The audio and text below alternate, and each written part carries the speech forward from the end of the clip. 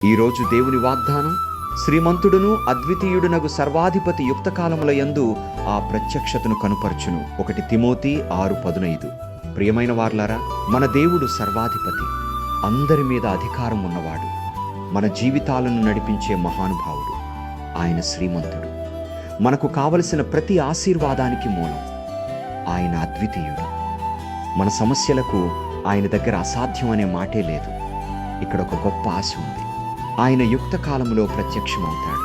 అంటే మనం ఎదురు చూస్తున్న ప్రతి మంచి విషయం సరైన సమయానికి మన దగ్గరకు చేరుతుంది. ఈరోజు మీరు ఎదుర్కొంటున్న సమస్యలు శాశ్వతం కాదు. దేవుడు మీకోసం పనిచేస్తున్నాడు.